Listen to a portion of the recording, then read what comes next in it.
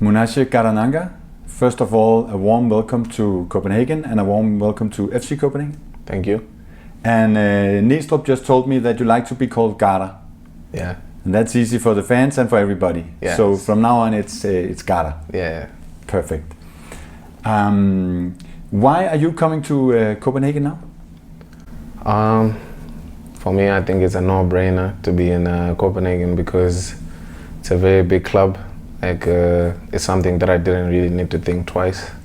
So yeah, I'm coming to Copenhagen to become a better player and to help the team as much as possible. And what kind of a player are you? I can say aggressive in defense. I have good speed for a defensive player, and I believe that I can also do good things with the ball as well. And when did you first hear about the interest from FC Copenhagen? So I first heard it maybe a month ago, but if I must be really honest with you, I didn't really believe it. I didn't believe it, not because I don't believe in myself, but of how massive of a club Copenhagen is.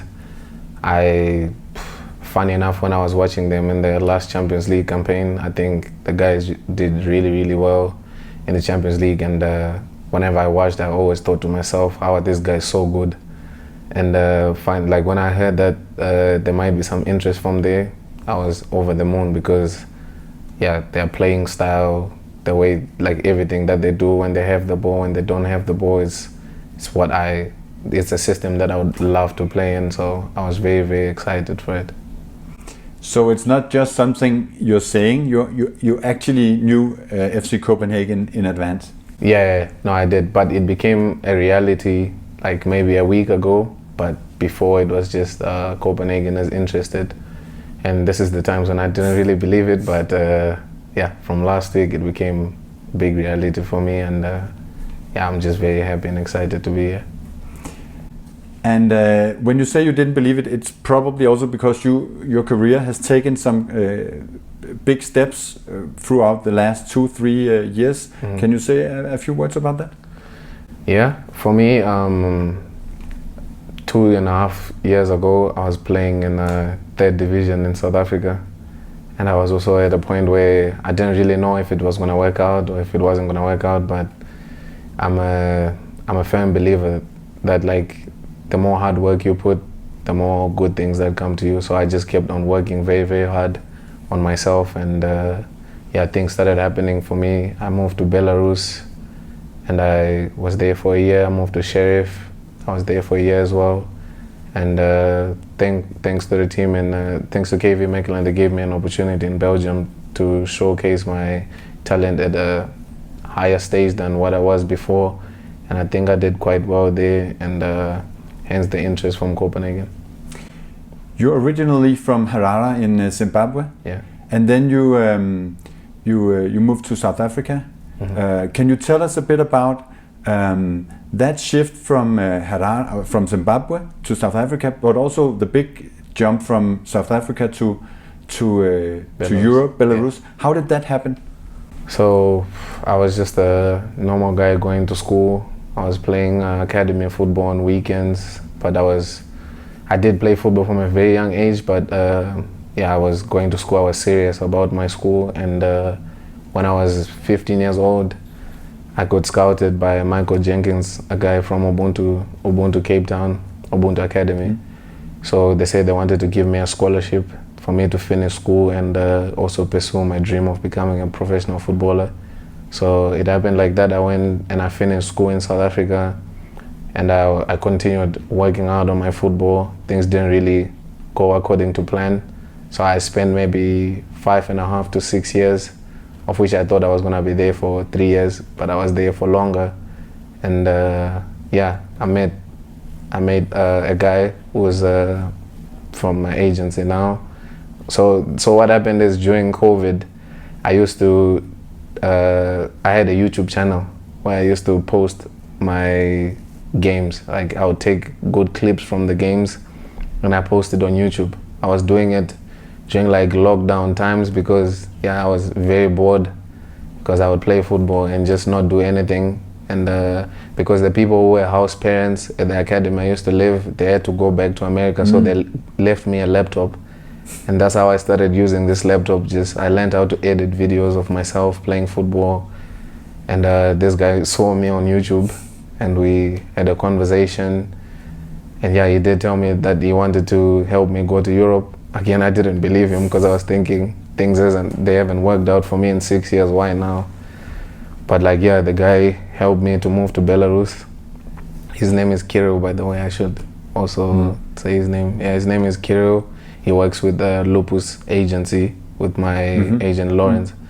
So yeah, I moved to Belarus. I was there. It was very difficult because it was completely different from what I was used to. The language barrier was crazy because no one speaks English there. And yeah, but I found a way to communicate on the field and off the field, and it worked out well. And I went to Moldova. I'm sure maybe some people would know about Sheriff Tiraspol. We met them twice, I guess, yeah. So I was there, but now it was like a lot of different, like people from different places. So now we had to try and speak English because there's guys who speak Portuguese, French, who speak a lot of different languages. And so yeah, it was difficult in the language, but also found a way to work through that. And yeah, I was there. I played in the Europa League. I think I had decent performances as well. And I moved to Belgium, and yeah, I was playing in a better league than before, more competitive, more in everything, to be honest. And I was there for the last 5 months, and I think I did quite well in KV Mechelen, and FC Copenhagen has given me this opportunity. We have to hear what the name of your YouTube channel. I'm sure people will ask us when you just told about it. What's it called? I deleted it. You deleted it? Oh no! And you're actually hard to find also on Instagram. But I tagged you so people can find you. Okay. What a shame! It's a great story. Yeah. So actually, the last 2-3 years, your career has taken some crazy steps for you. Yeah. And now Copenhagen. Yes. You have never been to Copenhagen, I guess. I was there to do my medical test. Oh, you were? Yeah. Okay, great. But I wasn't there for too long. No. I spent most time in the airport. Yeah. So you actually seen the city that you're going to live in now. Yeah, I've heard great things. And then you wound up in this crazy country, but not. I guess Moldova has places like this with mountains and stuff, or what? No. So this is a crazy scenery for you also. Yeah, it's very beautiful. Yeah, it is. It's very crazy. It looks something like a movie from 50 years ago. Yeah, it's really nice. Now you're going to play in the Superliga. Everything is new for you. Your teammates are new. Everything. How is that? You tried it 3 times within the last 2-3 years to jump into a new club. But how does it feel here? It feels really good. I think in life you have to be a good person before football. And I think here in Copenhagen, in the team, there's a lot of good people. Like these guys, we've known each other for 2 days, but we are always laughing together. They are always nice to me. They're always asking me if I feel good, if I feel okay. And I feel like the guys have been really, really good to me. And yeah, I just think it's gonna be good. And then a couple of training matches more, I guess 3 maybe left. And then the Superliga starts in a couple of weeks. It's going to go really fast for you? Yeah, it's gonna go really fast for me, but I think I'm ready for this next challenge. And once again, you like to be called Gara. Very warm welcome to you. We are looking so much forward to seeing you play. Thank you so much. Thank you. Thank you. Så er det tid til semifinalerne. Men hvem tror du havde de højeste odds på kampen i gruppespillet? Det var naturligvis Unibet.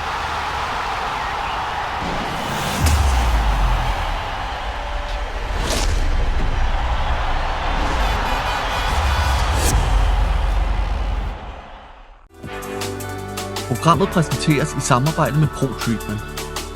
Fysioterapi, diagnostisering, behandling og træning.